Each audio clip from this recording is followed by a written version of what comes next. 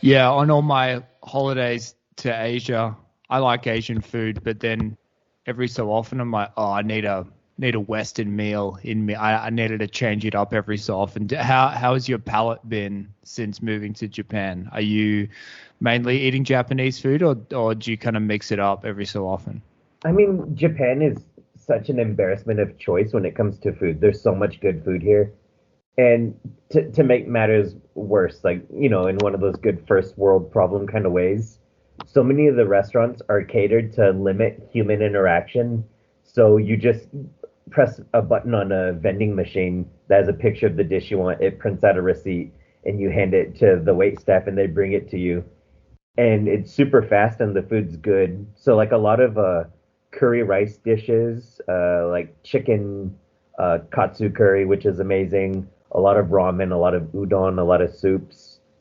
So I'm happy with Japanese food, but like you said, every once in a while, something else just hits the spot in a different way. I recently found this really good kebab place, which is fairly cheap, and the dude who owns the stand is like a laugh to talk to. He's really cool. So that place is a fun place to go to change it up every once in a while. That's cool. Yeah, it sounds like Japan would be one place where they could actually do other cuisine pretty well. When I was in Vietnam, once a week I'd be like, oh, I'm craving a burger. And you think, how can you fuck up a burger? But oh yeah, they find a way.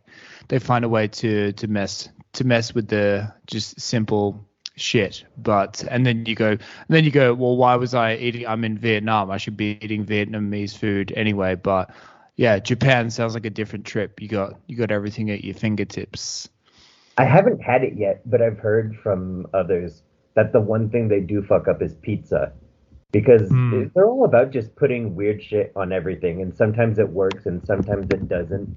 And I feel like pizza is one of those things where you really want to keep it simple. Like there's some things that you really just need three key ingredients and a different variety of sausage, but something sausage adjacent, Yeah, for shizzle my nizzle. Oh, shizzle. All right, let's get into the topic so that our hordes of fans on the internet don't turn against us and say, oh, they just talk shit for the first 20 minutes. They don't get into the topic early enough. Fuck I know. You, motherfuckers. We'll be like those guys who put the time codes. It's like, here's the 30 seconds where we talk about the topic. Here's the time code.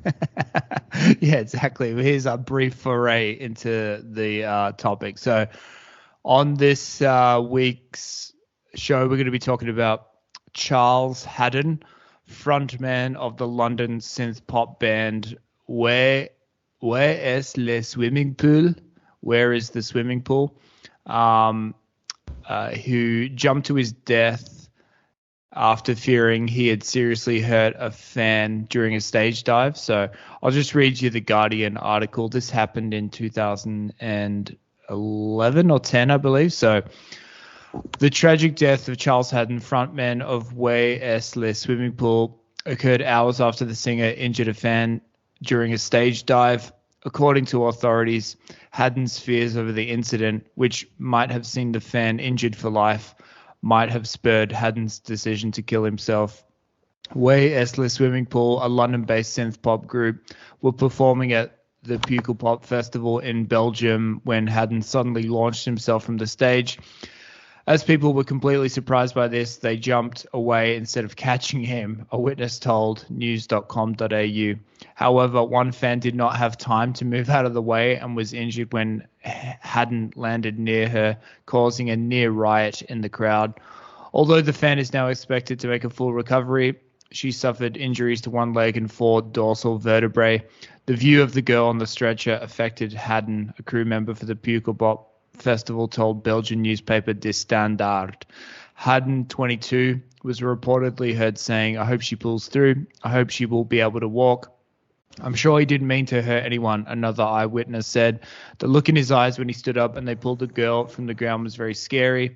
The concert was cut short with Where est le swimming pool having a furious argument backstage. Later that night, Haddon's body was found in the car park. Yeah, so that's essentially it. It's part of this band, which were just kind of getting started. Really young guy, 22 years old. I remember their one hit, Dance the Way I Feel, which was kind of like a Pet Shop Boys-esque synth-pop little number, which was doing the rounds back in the day when I was a young cat, hitting the alt clubs, the indie rock nights.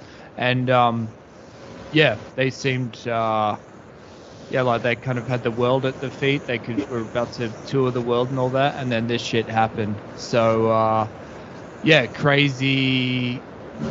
Just and the lyrics to that song, they hit single Dance the Way I Feel. It talks about like there's lines in terms of essentially kind of like seizing the moment to change your destiny. And so there's kind of like these lyrics where you could assume that they were prescient or whatever. But what's your impression of this story, David? Well, first I want to ask, is this a band that you were familiar with as they were current? Like, do you remember this story as it happened?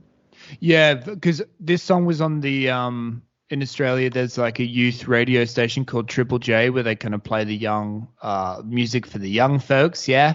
And I remember this song being on and not really liking it, to be honest, and just finding it annoying, but it was kind of everywhere at that point in time. So I was familiar with the song, kind of familiar with the band. And then when the story happened, being like, whoa, that's crazy. But yeah, I can't say that I was a fan, or it was more just like when this happened, I paid more attention to I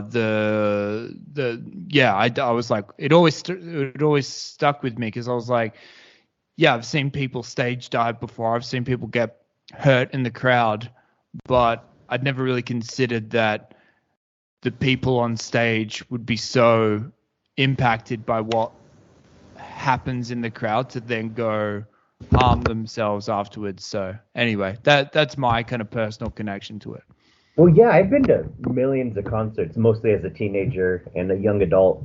And how do I put it? Like, especially at hard rock shows or metal shows or punk shows, like violence is kind of expected. A mosh pit is violent, and like at some shows, like if a guitarist were to like bash a fan over the face with the guitar, like the fan would be the first one to start cheering and think that was cool, and his friends would egg him on and be like, fuck yeah, you got your teeth bashed in by that guy. And stage diving, it's all just kind of taken for granted that that's what happens at a concert. Like there's almost like this collective euphoria that kind of goes on where you neglect the pain, you neglect things that normally would really bother you. And from the musician's point of view, it's almost like the audience, it's a single entity. It's not individual people. They don't have faces. It's not someone you consider their feelings. If you're a musician of a certain level and you jump into the audience not even looking, you just know that hands are going to lift you up and grab you. You know, that's just what happens. So the fact that things played out this way and he was so conscientious about this situation that he ended the concert early, it's weird. I mean, it's probably right that he did so, but the fact that it was weighing on his mind so much that he took his own life, that can't have been the only thing that was going on in his mind. There had to have been something else, and that was the final nail in the coffin. Yeah, that's kind of what I think. And I think what appeals to me about this story was, I don't know, it's perhaps like nostalgic to that period in my life, or everyone's lives when you're a young adult, and there's kind of a lot of bravado going along.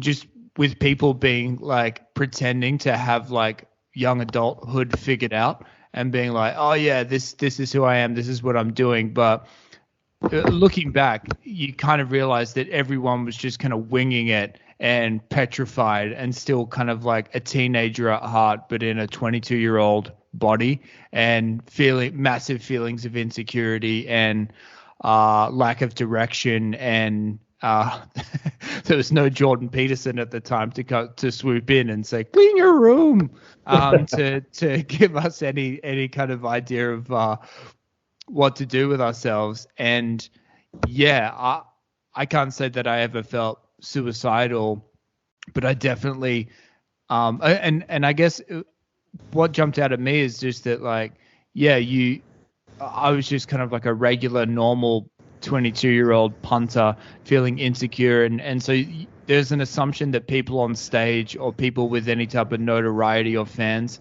have it figured out or are a bit more put together than you are.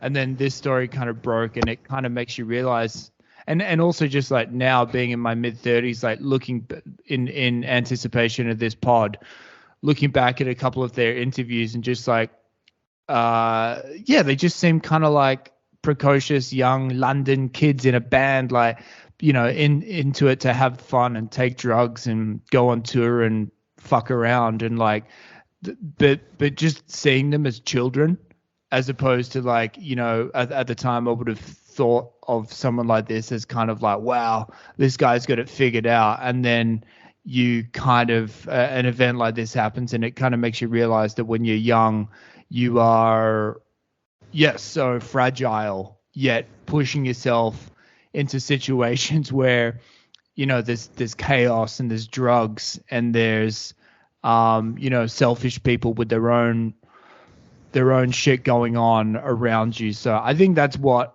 kind of appeals to me about this story, is just the craziness that entails with young adulthood, yet you're trying to desperately give off the vibes that you've got everything under control to other people.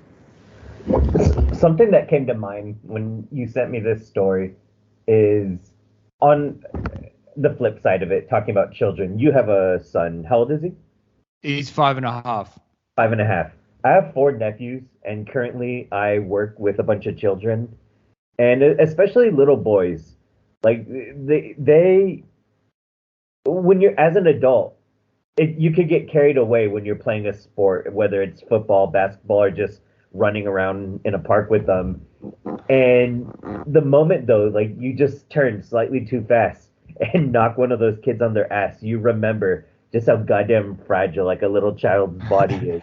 Because they could take a punch, they could take a hit, they could fall from like a 4-story tree, get up and they're okay. But every once in a while, you just turn too quickly, knock them over the head, and they start crying their ass off. And you remember, oh shit, like this little thing is so fragile. And I think, like, in his mind at that moment, maybe he had a similar epiphany when he injured this fan. I don't know, just the fact that he saw that his actions had that effect. What's weird to me, and because I haven't been in that exact situation, I can't really give my expert opinion. He kind of jumped to conclusions very fast. Like, he let things escalate really quickly. It's almost like Romeo and Juliet. The one thinks the other's dead, so they kill themselves, and the other one wakes up like, LOL, JK, I'm fine. They're like, oh shit, you're dead, so I'm gonna kill myself. Like, had he just waited a couple minutes, an hour, they're like, yeah, she's fine. Like, a couple broken bones, but she'll be all right. Yeah, for sure. And your point about the fact that this was the nail in the coffin, that there was clearly stuff bubbling under the surface, I think is pretty apt. And yeah, I would clear, like, and also the fact that there was like a huge argument backstage with the band, according to this article, probably, yeah, indicates that there was like tension simmering.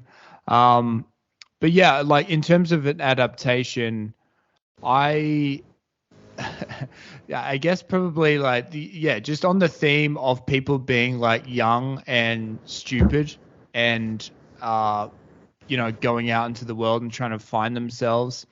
There's this one of my favorite movies of all time is this movie from 2013. It's called Crystal Fairy and the Magical Cactus with Michael Cera.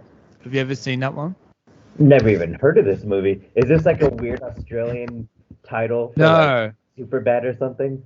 No. It's like it's actually it's by a Chilean director called Sebastian Silva, who's a really good filmmaker. He's got this other good movie called Nasty Baby, which is set in Brooklyn. But essentially, Crystal Fairy and the Magical Cactus is this story of a he's kind of a degenerate loser gringo who is in Chile, and he's friends with this kind of he's got a couple of like friends. They're all brothers, three brothers who are actually the brothers of the filmmaker. These three dudes, these locals who take him under their wing, and the movie starts with them at this like house party, and Michael Cera's acting like a douchebag, like he's doing coke at the house party, and he takes a shit in the toilet of the and it doesn't flush, so he just leaves his shit in the toilet at the house party. And anyway, they're gonna go to this like pristine beach on a road trip, and on the road trip they bump into this hippie chick, another kind of annoying American traveler who calls herself Crystal Fairy, this hippie lady. She's played by the American actress Gabby Hoffman. And essentially that's the story, is these like normal, respectful Chilean local guys who are just trying to like do a road trip. They have to put up with these two annoying, this gringo and gringa, and Michael Cera is desperate to get high using this cactus which has like psychedelic properties. So he chops it up. He steals one. He chops a cactus from this like little town out of someone's front garden, and then they like stash it into their vehicle. And when they get to the beach, they all trip on it, and all the kind of insecurities of Michael Cera come out. That's kind of like the climax of the movie. So anyway, Michael Cera is hilarious in this movie, just a completely unlikable piece of shit, and, you know, fish out of water. So with this story, even though he's a British guy, I just can't help but think Michael Cera as the lead singer of this band. And I'm thinking like Michael Cera is like he's fucking our age now. He's probably close to 40, but he still looks like he's 17 or whatever. So I think it'll be funny just to get him to play a 22-year-old, and don't make him do a British accent. Just be like, no, you're Michael Cera. Just do your American accent. Let's not explain that. It's a fucking movie. If Russell Crowe can play a Roman gladiator, Michael Cera can play a British rock star. But anyway, so I'm thinking like Michael Cera will be kind of the drug-addled, mentally deranged lead singer of this band, has a massive rivalry with the other songwriter in the band, and that they're having like huge amounts of tension within the band. So that's kind of like that's one part of the movie. And then I'd wanted the other kind of like perspective of the story would be the chick who gets injured in the crowd. So I'd tell it from like, it's a music festival kind of like day in the life, but set at a music festival story, but you get it from like from the artist perspective, and then the other perspective is kind of like the punters, like people who are visiting. So I'd make this kind of like the girl who get injured. There's no details about who this chick was, but in this, for the benefits of the story, I'd make her like a really beautiful like Instagram type of model, and similar to Michael Cera having a rivalry with his band member about, you know, which songs they play and who's gonna, you know, what direction the next album is gonna be. I'd make her have like a rival within her friendship group of like another hot chick, and they're competing for the attention of like the new hottie in their group. So I would, and because I like I kind of see this could be kind of like a Dazed and Confused-esque story, where you just have kind of like a bunch of different scenes, but then kind of like these two people, Michael Cera and the Instagram model, could just be like horribly toxic people, and just following their interactions with other people across a day at this music festival, culminating in the incident itself, in the mosh pit. So that's what I'm thinking in terms of the vibe. And yeah, considering the Chilean director Sebastian Silva did such a good job with Crystal Fairy, I would love to get him involved in terms of directing this hypothetical movie. Quickly though, what would Michael Cera sound like with a British accent?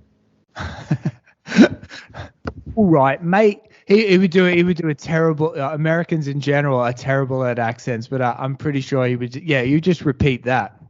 What I That like about Oh, sorry. I was gonna say what I like about Michael Cera is I haven't seen the movie you've described, but I love when he does play an asshole because you just never buy it, but that's kind of what makes it funny. Like, and yeah, that's kind of what makes it frustrating because maybe he's a huge asshole in real life. Maybe he actually is, and he's got pigeonholed into playing characters like in Arrested Development and Superbad.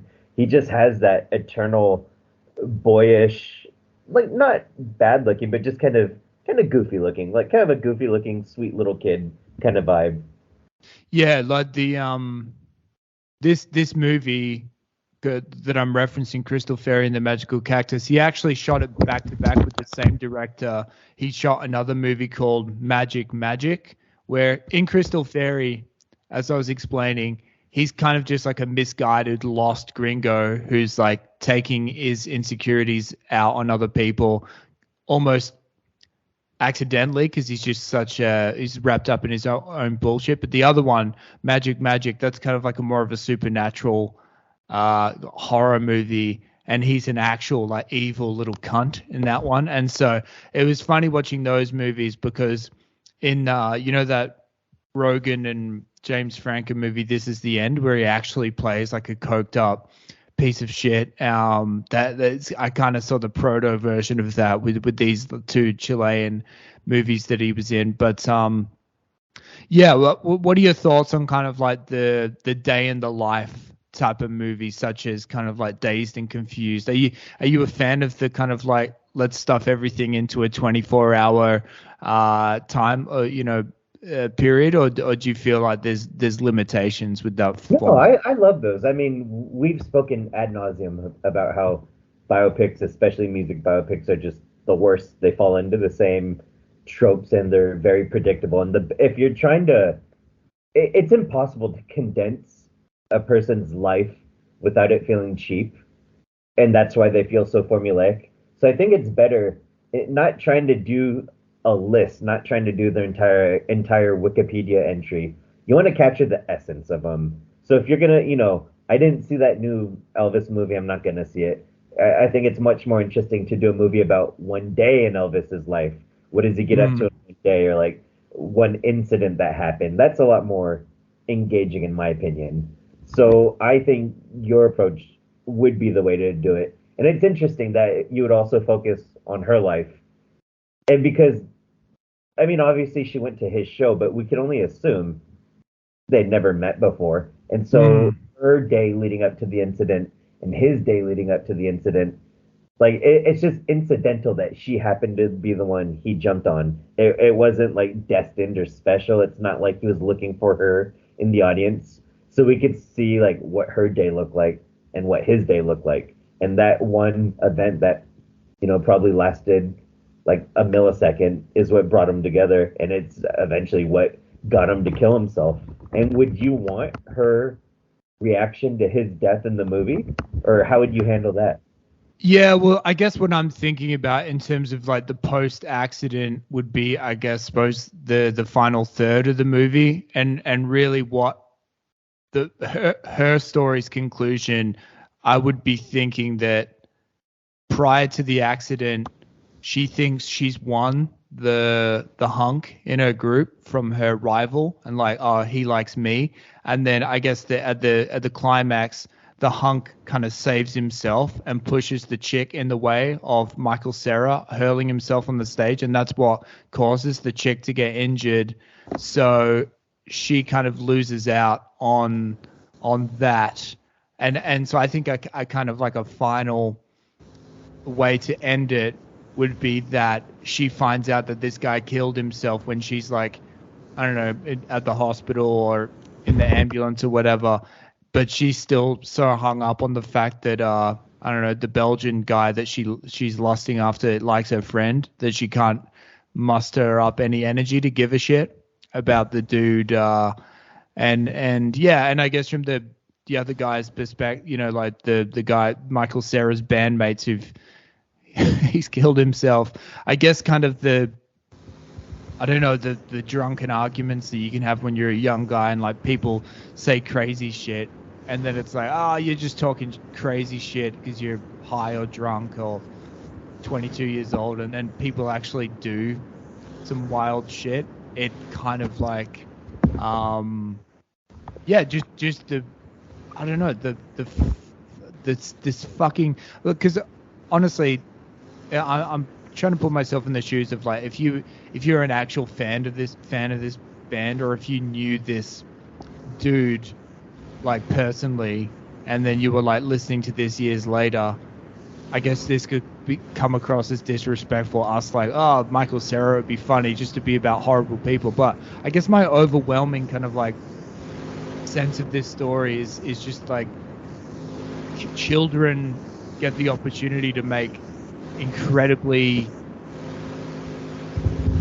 fucking deep and powerful decisions when they're a young adult, but they still kind of have like a teenage brain that have like long-term ramifications, whether it be like, I don't know, getting someone pregnant or killing themselves or jumping off a stage and injuring someone. And, you know, there was just so many moments where I was like at music festivals on drugs myself, or seeing people on drugs around me making like insane decisions and being like petrified / enthralled, and kind of being like, well, I can't, I need to maintain. I got to like pretend that I'm completely in control of this situation and not absolutely petrified. So like that's my, I guess kind of like my overwhelming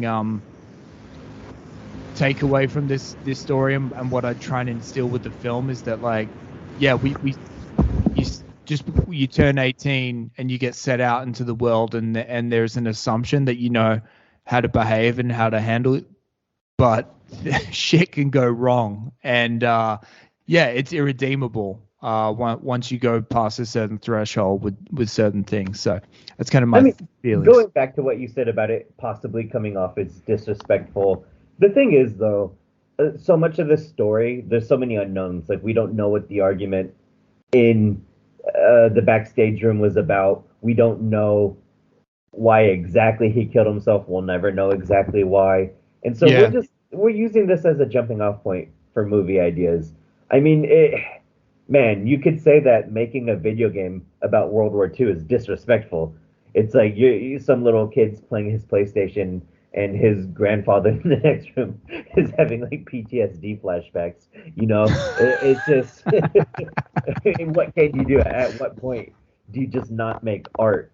Like, none of this is anything personal against the real people. And that is the risk you take when you adapt movies. I don't really remember Titanic, but apparently there's a character, I don't remember if it's the captain or an officer on the ship, that the movie portrayed as cowardly, and he committed suicide or something along those lines. But then all records indicate that he was actually quite heroic. And his family is like, why did you do this in the movie? That's not who he was. That's not who our great-grandfather was. And, oh, fuck. Oh, fucking hell. Anyway, bless your fine ass. Thank you. It's one of those things where the movie did it because movies take dramatic license, but then you think, in that case, was it necessary? Is it just a lazy way to get the story going? And who knows? There's a million billion variables, and you'll lose your mind trying to connect every single one or think about every single outcome of who you might piss off. Yeah. But, you know, this is drama. Humans were good sources of drama. And, God damn it, I like watching bands fall apart and argue with each other. I know I've asked you before, I'm going to ask you again. There's a band you've mentioned, and we've talked about their documentary before, the Jonestown... Brian Jonestown Massacre. Yes, yeah. The arguments those guys have are some of the most entertaining things I've ever seen. And I would hope that, like, in this movie, the backstage argument they have would be reminiscent of that. Because I almost picture that the argument they had in real life probably had very little to do with the injured girl. Is probably them getting pissed that he decided to end the concert without telling them. And yeah, exactly. Lines. And as arguments go, you bring up past things, transgressions that happened 5 months ago or 5 years ago, and everyone just lets all their emotions out. And in this case, yes, it's sad that in this night a guy killed himself, in terms of a movie and movie drama, this could be a lot of fun.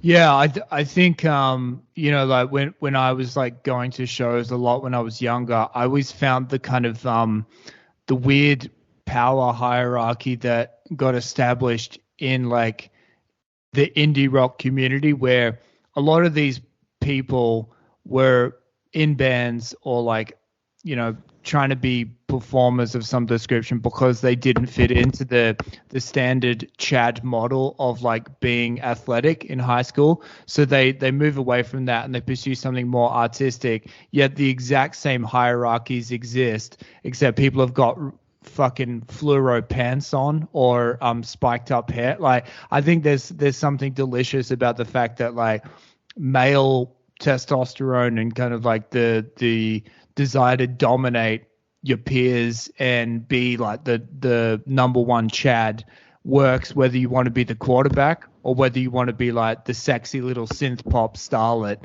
And it's kind of the same kind of, and I was always a fan of long fucking boring music documentaries. Like the best ones I think I've ever seen are like the one about Tom Petty, and there's also a really good one about the band The Eagles. The Eagles probably one is the best because it's like fucking 6 or 7 hours long, and the beginning is pretty interesting. They look like young musos do, kind of like skinny, on drugs, long hair, cool mustaches, and like taking like promo shots out by the Joshua Tree, and kind of like apparently they decided to call themselves the Eagles because they were like high on acid and they saw an eagle flow over their head.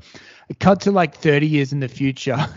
There's an interview with Don Henley where he's just like talking about cutting people's vocal performances or cutting them out of the band, where he's like, the vocal performance was not up to band standard. And he's like, essentially he's turned into a fucking, he looks like a Colonel Sanders minus the stash, and he's just turned into this fucking horrible little toad of a CEO as opposed to like an artist. And so you often kind of like glorify, like you look back to the young Eagles and like, oh wow, they were so like wide-eyed, and like the Beatles in Hamburg and like how they were like so cool and like the world at their feet.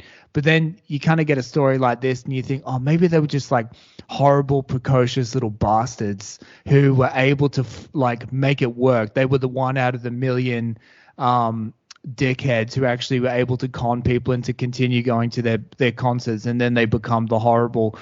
So you can kind of glorify the early phases of a band, but then you kind of realize like the ones that make it are probably like the most ruthless pieces of shit who treat it like a career. And then if you're troubled, or if you are just like in it for the art, like this kid who killed himself might have been being on tour or like having to contend with other seasoned artists, fucking showbiz pros, might send you over the fucking edge. So when you're an artist like of that caliber, there's two people you can be. You're either a horrible piece of shit, you're a monster, or you're essentially a Russell Brand's character in Forgetting Sarah Marshall, where you're so far removed from reality that you're essentially not even a human being.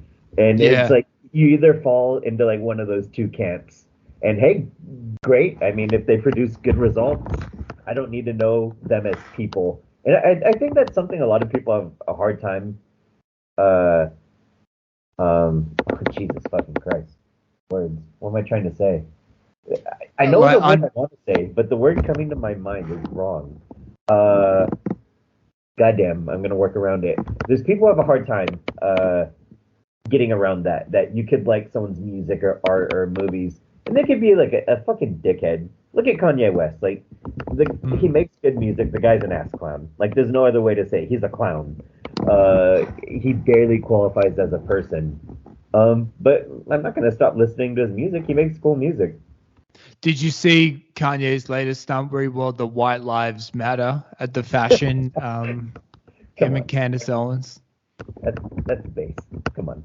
Yeah, no. Well, it's I don't know. Like at a certain point, I think you just kind of have to appreciate the hustle with someone like that, where it's like, wow, this guy is still desperately chasing publicity. Like, call it mental illness or just a commitment to the bit, whatever you prefer. Because like this, I remember like it just flashed into my head the other day. I was like, George Bush does not care about black people. Like that was 2004. That was a long time ago. Yeah. Yeah. That's like, that was probably his big, he was already kind of like pretty well established in the music industry, a couple of like cool records to his name.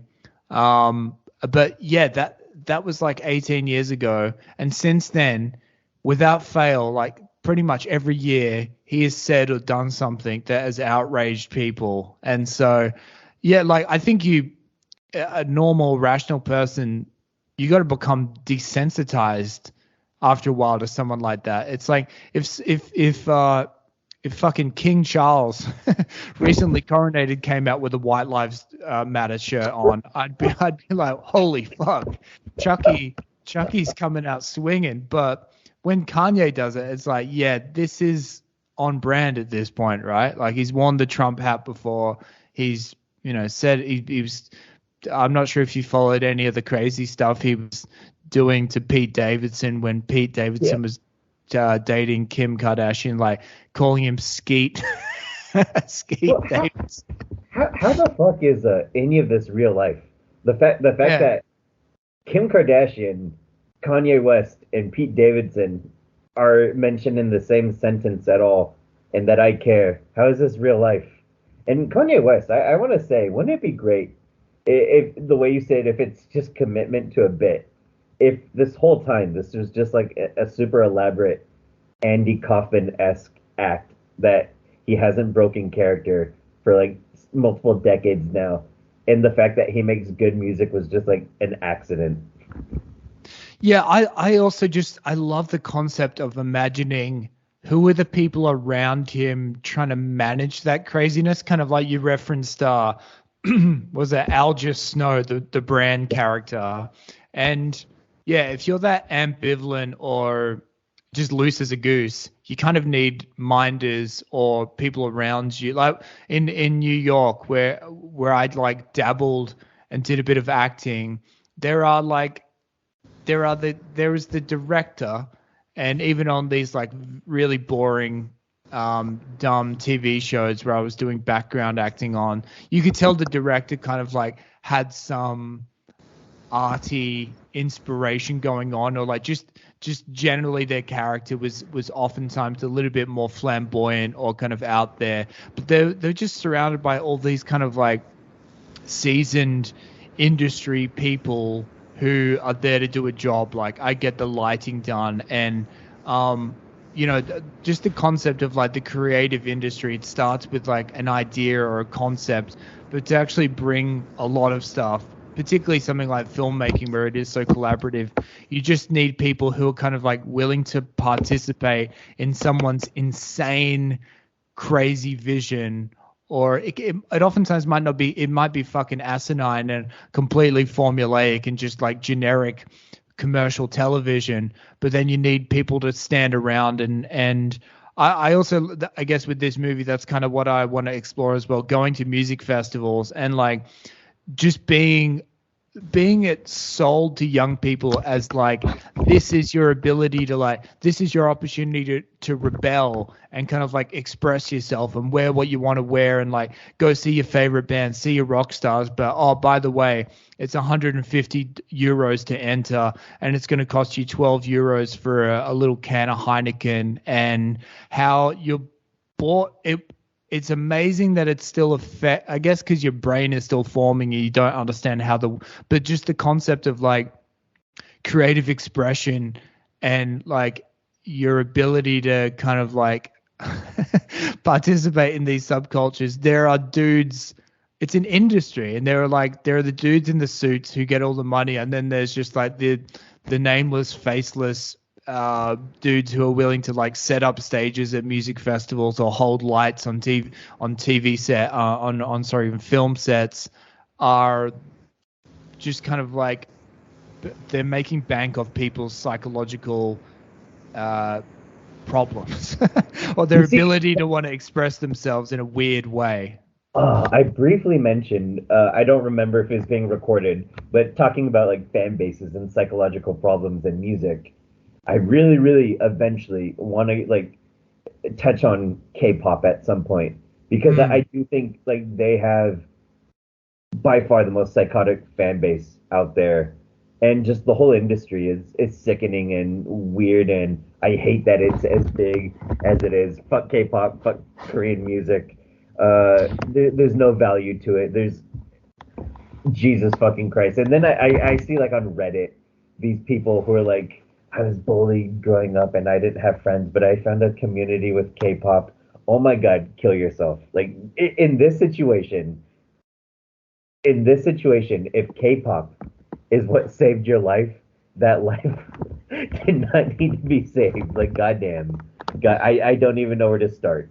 K-pop is it's weird. Like jokes aside, don't kill yourself. Just listen to different music. But joking aside, K-pop is like one of the shadiest industries there are. The people who they're called idols over there, the men and the women, and essentially they sell their lives away to whoever their management is. And some of them are like pimped out to the highest bidder. Like, hey, see this like hot idol who's on all the billboards and on TV and those TikTok dances your kids listen to. Well, we own her image, and I'm gonna have my businessmen buddies come. We're gonna drink some bourbon. It's like, hey, for $20,000, like you could sleep with her. She has to do what I say. Like she signed the contract, and shit like that actually happens. They're kept on super strict diets. There's videos of them passing out on stage because they haven't slept for days, and they drink like a cup of water and eat like a bite of apple a day. But then you got teenagers talking about how this music saved their life, and they essentially become like an army defending this asinine, banal music. But I need to find a story because those are all just phrases. I want to find like a specific story that would be cinematic. Yeah, there's got to be a K-pop story in there, and admittedly, I don't know much at all apart from just like the few things that are broken through, like fucking Gangnam Style and like a few of the like faces I could probably recognize.